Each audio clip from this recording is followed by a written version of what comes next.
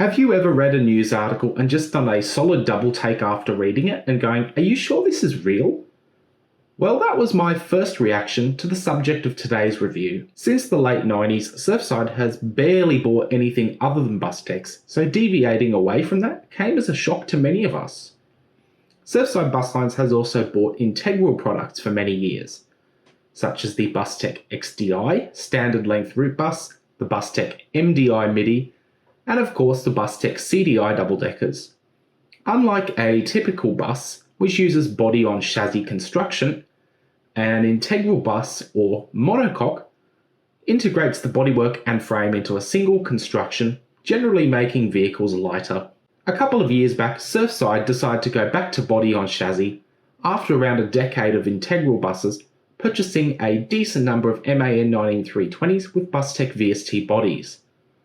But, in the biggest surprise, Surfside also tried something even more daring, buying a body from another manufacturer. So, was it a good move?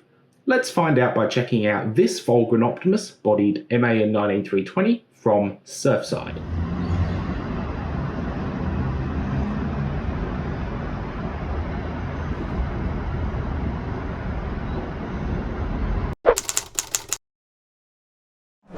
Jumping on board, the interior is clearly a Volgren Optimus, although in true Surfside fashion, the seat fabric is still 100% Bustech. I've always liked this pattern, and despite it being used on some of the very first VSTs, it still looks fresh and modern. You might notice some little black squares above the windows, and these are of course USB power outlets. Great for charging your phone, as long as you remember a suitable cable. Today's journey starts at Broadbeach South, and as we wait for a green light, watch a lovely G-Link tram pop past as Borrowby, the koala mascot who really should get his nose checked for skin cancers, watches on. And finally, we've got a green light!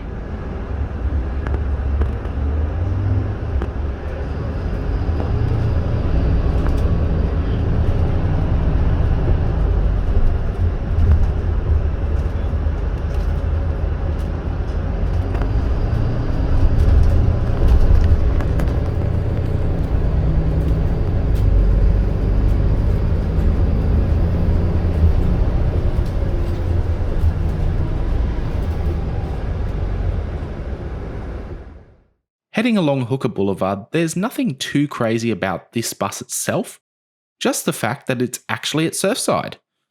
The textured aluminium panels and seat backs are designed to reduce graffiti buildup, and the dots on the rearmost windows do the same thing. The stop bells and hand grips are the typical Optimus affair, and the standard LED lighting makes sure that the interior is bright, but without being too intrusive. This is handy right now, as we turn into the Pacific Fair car park / interchange.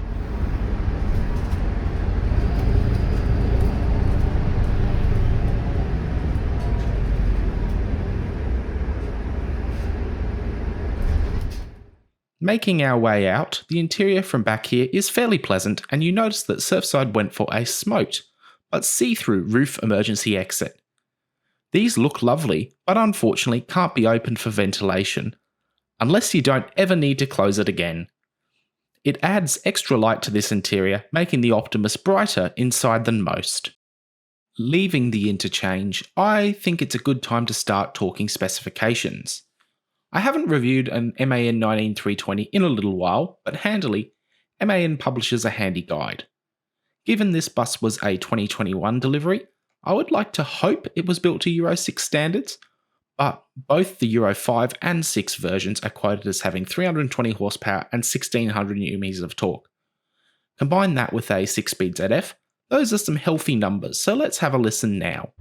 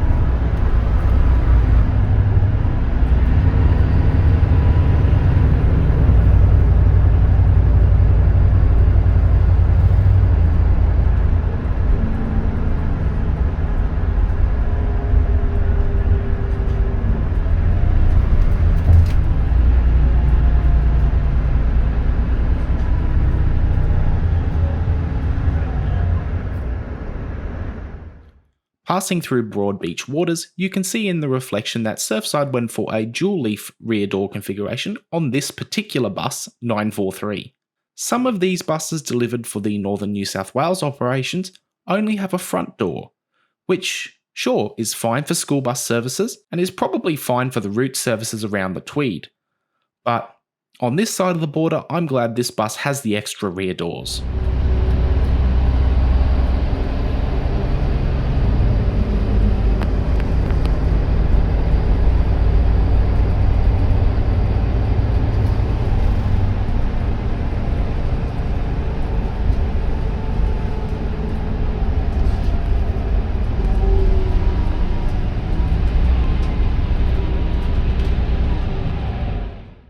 Overall, I quite enjoyed catching this neat new bus.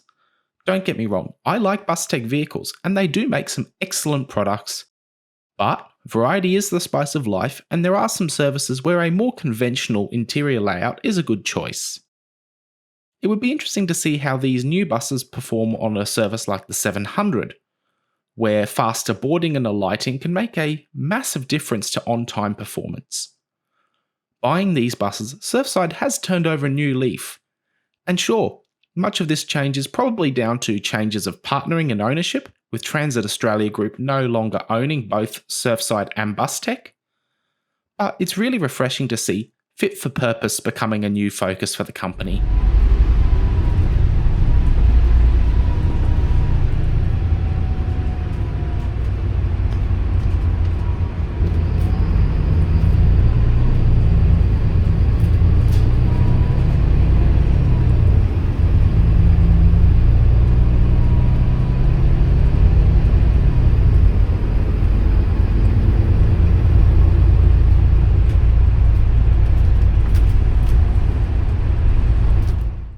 Of course, the next fit-for-purpose stage for them will be emissions reduction, and with Queensland now releasing their new zero-emission vehicle strategy just last month, and with a target for every new TransLink-funded bus to be zero emissions from 2025, it hopefully won't be long before we see zero-emissions buses joining the Surfside fleet.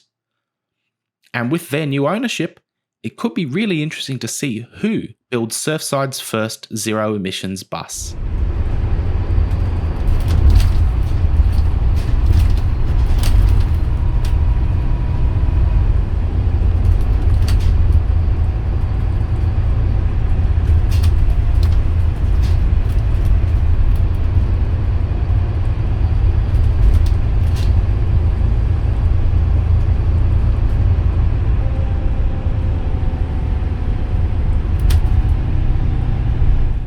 But with that future focus now over, let's watch this bus depart.